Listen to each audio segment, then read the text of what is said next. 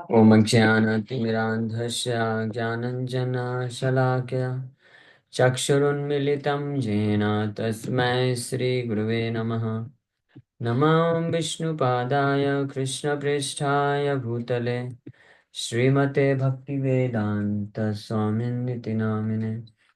नमस्ते सारस्वतीदेवे गौरवाणी प्रचारिणे निर्विशेषशून्यवादी पाश्चात्यदेशतारिणे। नमो महावदन्याय कृष्णप्रेमप्रदायते कृष्णाय कृष्णचैतन्यनाम्ने गौरतुसे नमः। जय श्री कृष्ण चैतन्य प्रभु नित्यानंद श्री अद्वैत गदाधर शिवासादि गौर भक्त वृंदा।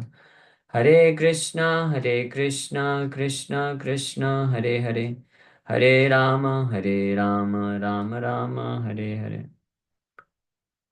हरे कृष्णा।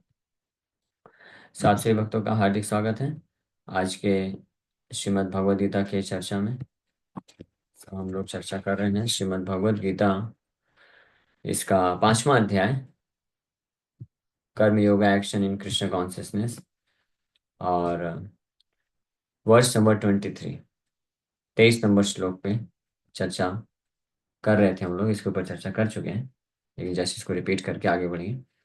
सो शक्नोति है वह यह शोधुम प्राक शरीर विमोक्षणात् काम क्रोध भवम वेगम सयुक्त स सुखी नरः। तो भगवान इस श्लोक में वर्णन किए कि जो भी व्यक्ति जब तक इस भौतिक संसार में है, भौतिक शरीर धारण करके रखा हुआ है, तो भौतिक शरीर तक यानी मृत्यु के अवस्था तक, मृत्यु प्राप्त करने के पहले तक, अगर ये शरीर के जो वेग हैं, इंद्रियों के जो वेग हैं, काम क्रोध उद्भवम वेगम, उद्भवम मतलब जो कि समय समय पे जनरेट होते रहते हैं, प्रकट होते रहते हैं।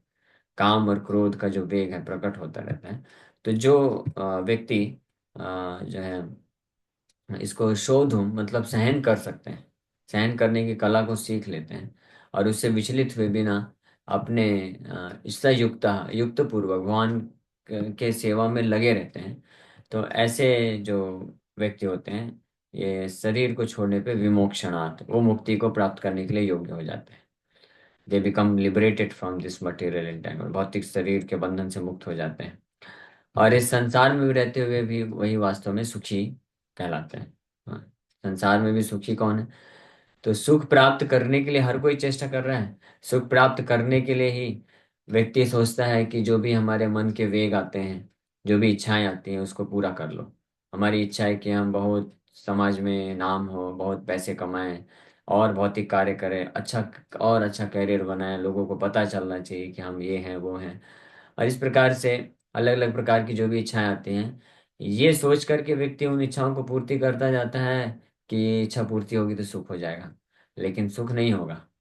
वो इच्छाओं को काम बोला जाता है और वो पूर्ति होने से वो और बढ़ जाता है, पूर्ति नहीं होने से क्रोध उत्पन्न हो जाता है। लेकिन सुखी कौन है?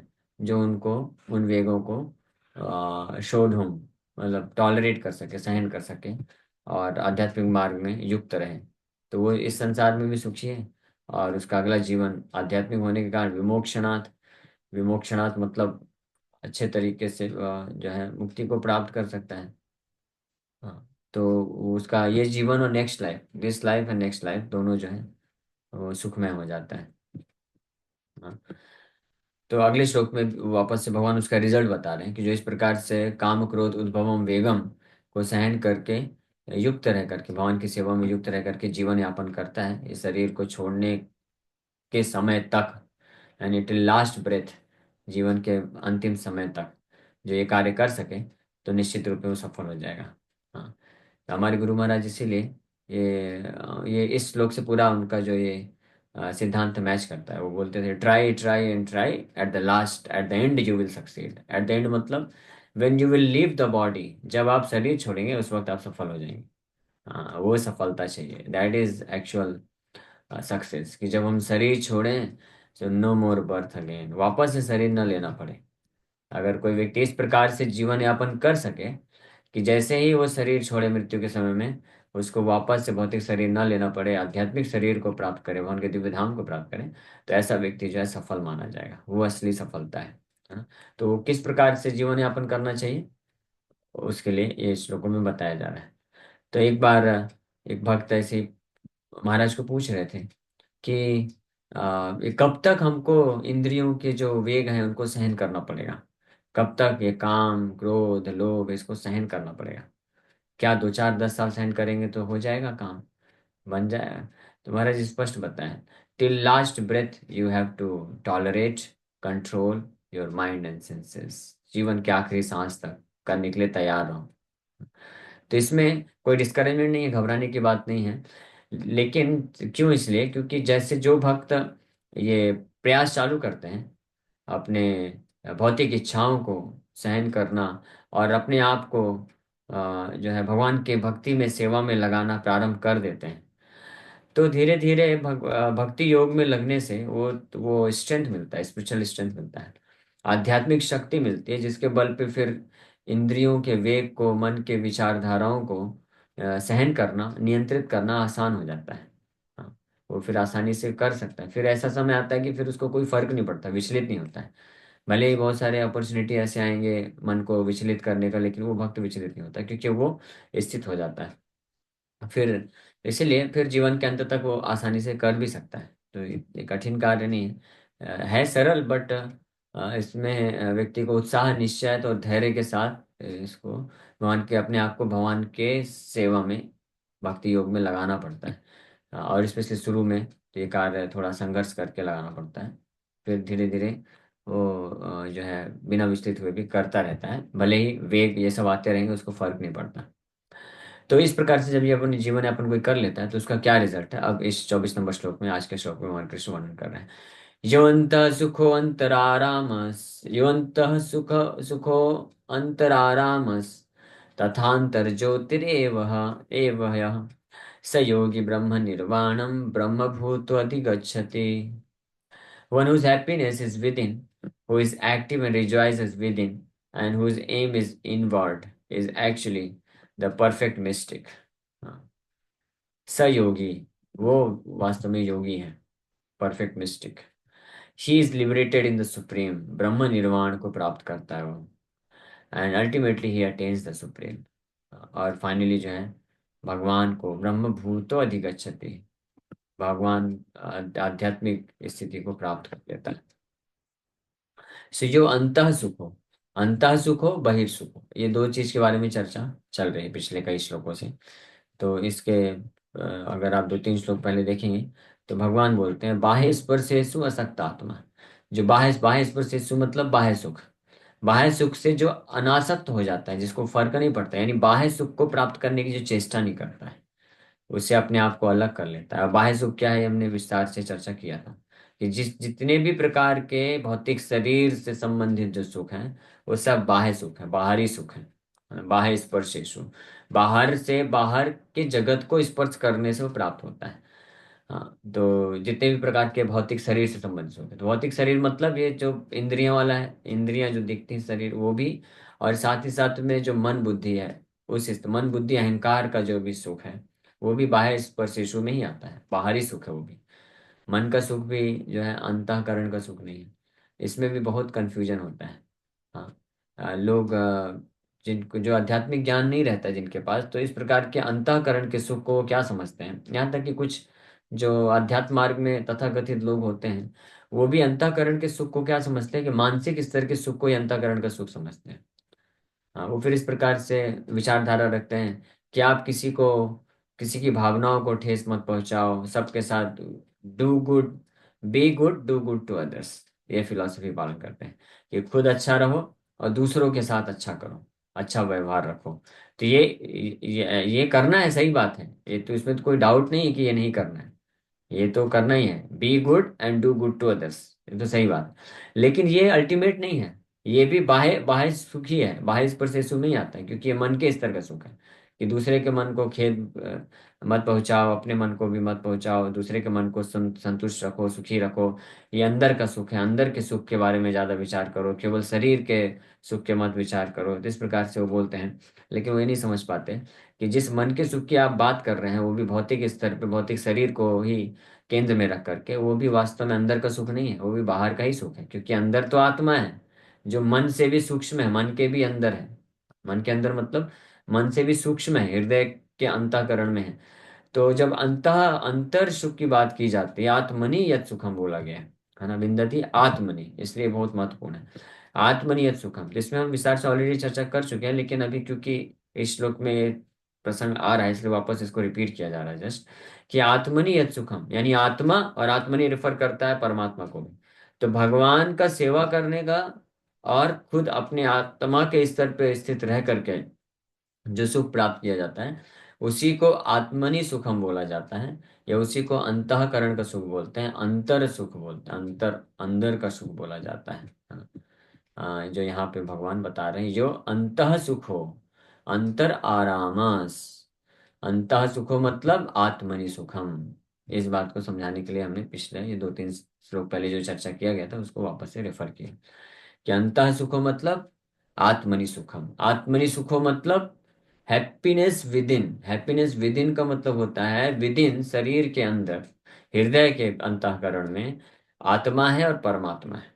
हाँ। तो इसलिए जब आत्मा परमात्मा को स्वीकार करता है, उनका प्रेम में सेवा में लगता है, तो उसी को हैप्पीनेस विद इन बोला जाता है। हाँ, हैप्पीनेस विद इन का मतलब ये निराकार कॉन्सेप्शन नहीं है। तो मायावादी विचारधारा के लोग, निराकारवादी लोग इसको गलत समझ बैठते हैं।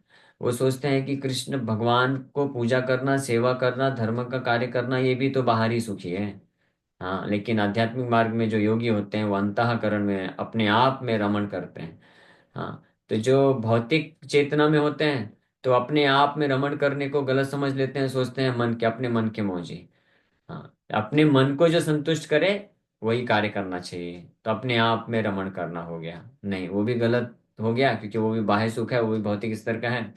और जो निराकारवादी होते हैं, जिनको क्लियर कट कॉन्सेप्शन पता नहीं होता है कि भगवान कौन है, तो वो सोचते हैं आत्मनि यत् सुखम, या अंतःकरण का सुख है, अपने आप में रमण करने का मतलब है कि ये समझ लेना कि हम ये शरीर, हम, हमारा इस भौतिक संसार से कोई लेना देना नहीं है, और हमारा कोई अस्तित्व नहीं है, हम उस निराकार ब्रह्म में जाकर के लीन होने वाले हैं। तो अपने आप को उस निराकार ब्रह्म ज्योति में विलीन होते हुए उस सुख को अनुभूति करने का प्रयास करो, ब्रह्मानंद जिसको बोलते हैं। हाँ, तो इस प्रकार से ये भी एक दूसरा मिसकंसेप्शन होता है। लेकिन वास्तविक रूप में जो समझेगा, तो अंतः सुख का मतलब होता है कि अंतःकरण में उपस्थित आत्मा, जिसका स्वरूप है, अस्तित्व है, इंडिविजुअलिटी है, और साथ ही साथ में परमात्मा है। तो जब उन दोनों के बीच में संबंध में स्थित होकर के आत्मा उनका सेवा करता है, तो जो सुख है, यानी भक्ति रस, भक्ति का जो सुख है, उसको अंतः सुख बोला जाता है, हैप्पीनेस फ्रॉम विद इन। वो जो है हैप्पीनेस फ्रॉम विद इन मतलब हैप्पीनेस फ्रॉम द सेल्फ। क्योंकि with in this body, happiness from with in, अंतःकरण, शरीर के अंदर कौन है? ये शरीर एक ड्रेस है, एक शरीर एक घर के जैसा है। तो घर के अंदर जो रह रहा है व्यक्ति कौन है? आत्मा। वो हमारा वास्तविक पहचान है। तो हम ये शरीर के अंदर रह रहे हैं, हम ये शरीर नहीं है। तो शरीर के अंदर जब हम रह रहे हैं तो उसको अंतःकरण का सुख बोला गया, यानी हमारे सुख को अंतःकरण का सुख बोला गया है, हैप्पीनेस फ्रॉम विद इन।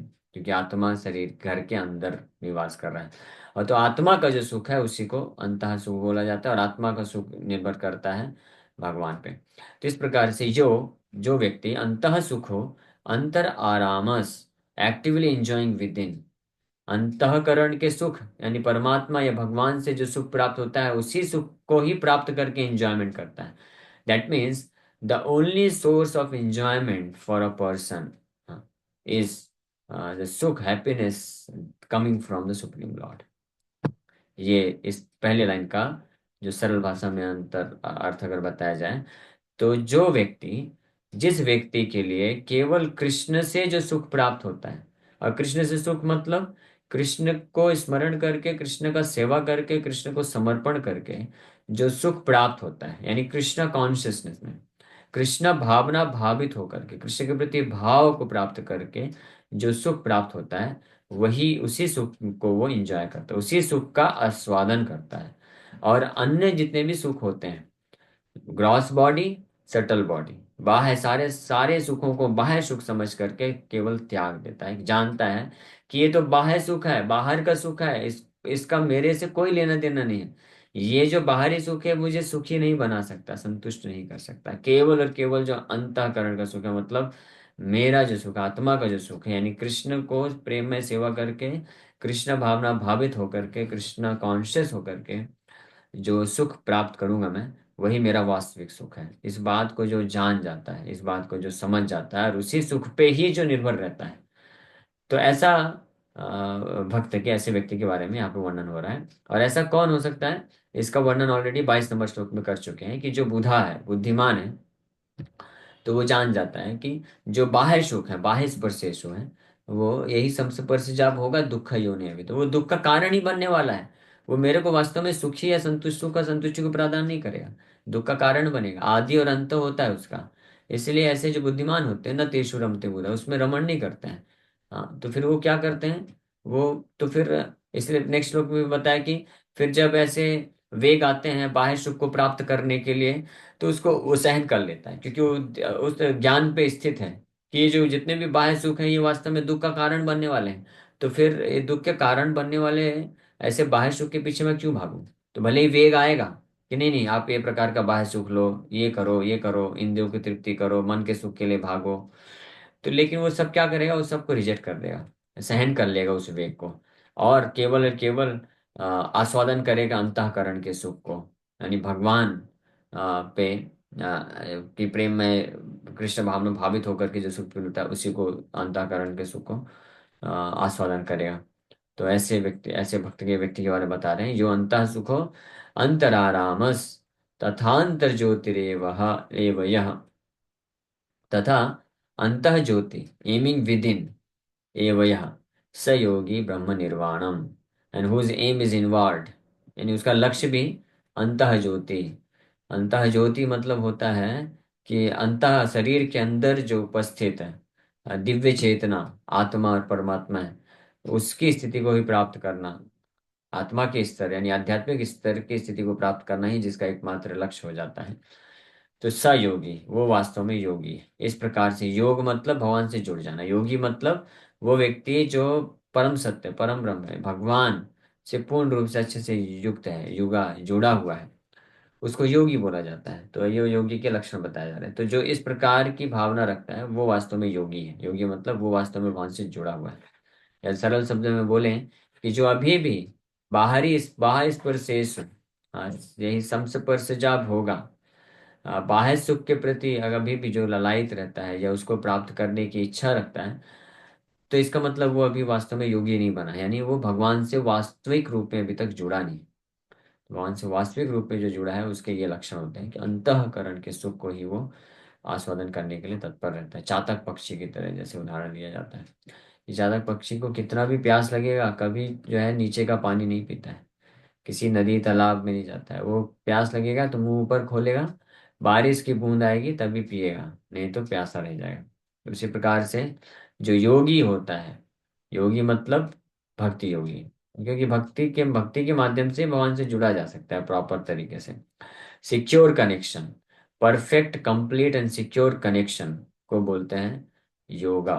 यानी perfect and secure and complete yoga जो है वो भक्ति के माध्यम से होता है, इसलिए ऐसे व्यक्ति को भक्ति योगी बोलते हैं, और इसको भक्ति योग बोला जाता है। तो सयोगी, ऐसा व्यक्ति योगी है। और ये इस प्रकार का जो व्यक्ति होता है, ब्रह्म nirvanam, liberation in the supreme, ब्रह्म की अवस्थिति को प्राप्त करता है, ब्रह्म भूत अधिगच्छति, ब्रह्म भूत being self realized he attains to the brahma nirvanam, liberation, भगवान के परम धाम को वो प्राप्त करने के योग हो जाता है।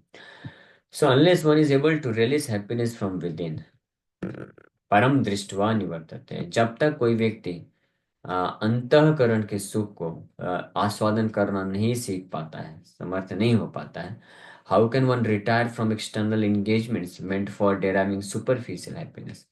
तो कैसे कोई व्यक्ति बाह्य स्पर्शेषु, बाह्य सुख को त्याग कर पाएगा, संभव ही नहीं। तो ये टेस्ट भी है, और ये हमारे लिए एक लेसन भी है। टेस्ट क्या है कि अगर हम अभी भी बाह्य सुख के पीछे अगर भाग रहे हैं, बाह्य सुख को प्राप्त करने की तीव्र इच्छा है, तो इसका मतलब अभी तक हम जो है वास्तव में आत्मा के स्तर का सुख को रिलीज नहीं कर पाए हैं, आस्वादन नहीं कर पाए, यानी हम अभी परफेक्ट तरीके से योगी नहीं है, भगवान से परफेक्ट तरीके से जुड़े नहीं।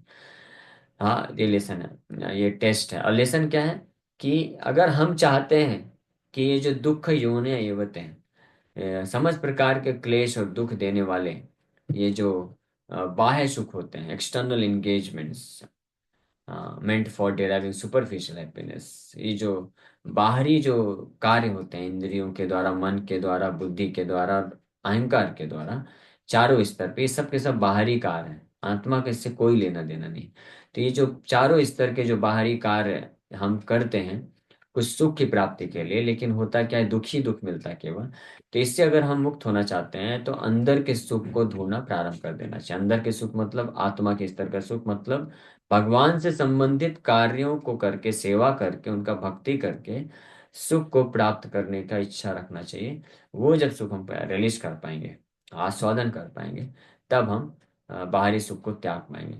इसी को सरल भाषा में अगर बोला जाए तो one who can relish the chanting of Hare Krishna mahamantra, one who can relish, one who can taste, or one who can chant ecstatically the holy name of the Supreme Lord, only he can avoid completely all the opportunities for external sense enjoyment.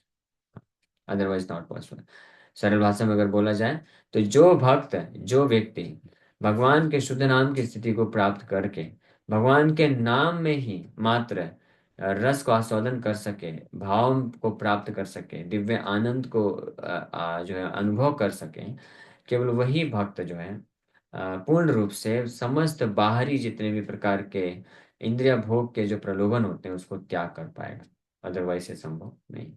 हर स्तर के, शारीरिक स्तर के, मानसिक स्तर के, जो कि भावनात्मक तरीके से मिलते हैं सगे संबंधियों, परिवार वालों, मित्र बंधुओं के साथ रहने से, उनके साथ अपने आप को आइडेंटिफाई करने से, बुद्धि के स्तर पे ज्ञान का अनुशीलन करके, और अहंकार के स्तर पे अपनी पहचान देश, समाज, लोक, मनुष्य जाति से करके जो एक सेंस ऑफ हैप्पीनेस मिलता है, तो ये सारे सुखों को पार कर सकता है, इससे अपने आप को बचा सकता है, और केवल अंतःकरण के आध्यात्मिक सुख को प्राप्त कर सकता है। तो इन बाहरी सुख से क्यों बचाना है? क्योंकि ये दुख के कारण बनते हैं। क्यों दुख के कारण बनते हैं? क्योंकि टेम्परेरी है, आदि अंत बंत कौनते हैं, पिछले सुख में बताया गया है। आदि इसका शुरुआत होता है और अंत होता है। और ये क्या बनते हैं? हमारे कारण बनते हैं वापस से जन्म मृत्यु के लिए। तो जब तक कोई व्यक्ति संसार में बाह्य सुख को प्राप्त करने के लिए आसक्त होगा किसी भी स्तर का, तब तक निश्चित रूप में उसको जन्म लेना पड़ेगा, और जन्म लेगा तो फिर जन्म मृत्यु जरा व्याधि तीन प्रकार के क्लेश सब सामना ही करना पड़ेगा। तो इसलिए दुख का बंधन जंजाल में फंसेगा ही। तो इससे जंजाल से मुक्त होना चाहता है तो इसका मतलब ये बाहरी बाहरी सुख के जो कार्य हैं उनको उससे रिटायर होना पड़ेगा, और उससे रिटायर होने के लिए अंतःकरण यानी आत्मा के स्तर के सुख को डेराइव करना पड़ेगा, और वो है भगवान के नाम को जो आस्वादन कर सके। So liberated person enjoys happiness by factual experience, इसको बोलते हैं। जो मुक्त पुरुष होते हैं वो वास्तविक रूप में आनंद को, सुख को अनुभव करते हैं खुद के अपने अनुभव के द्वारा। He can therefore sit silently at any place and enjoy the activities of life from within. तो ऐसा जो व्यक्ति होता है वो किसी भी दुनिया के, ब्रह्मांड के किसी भी कोने में चुपचाप बैठ करके जो वास्तविक सुख है आत्मा के स्तर का, हरे कृष्ण कृष्ण कृष्ण हरे हरे, हरे राम राम राम हरे हरे, इस स्तर पे रह करके आस्वादन करके पूरा समय व्यतीत कर सकता है। हाँ, यही व्यक्ति, और ये कौन हो सकता है? लिबरेटेड पर्सन होंगे, मुक्त पुरुष। लाइक नामाचार हरिदास ठाकुर।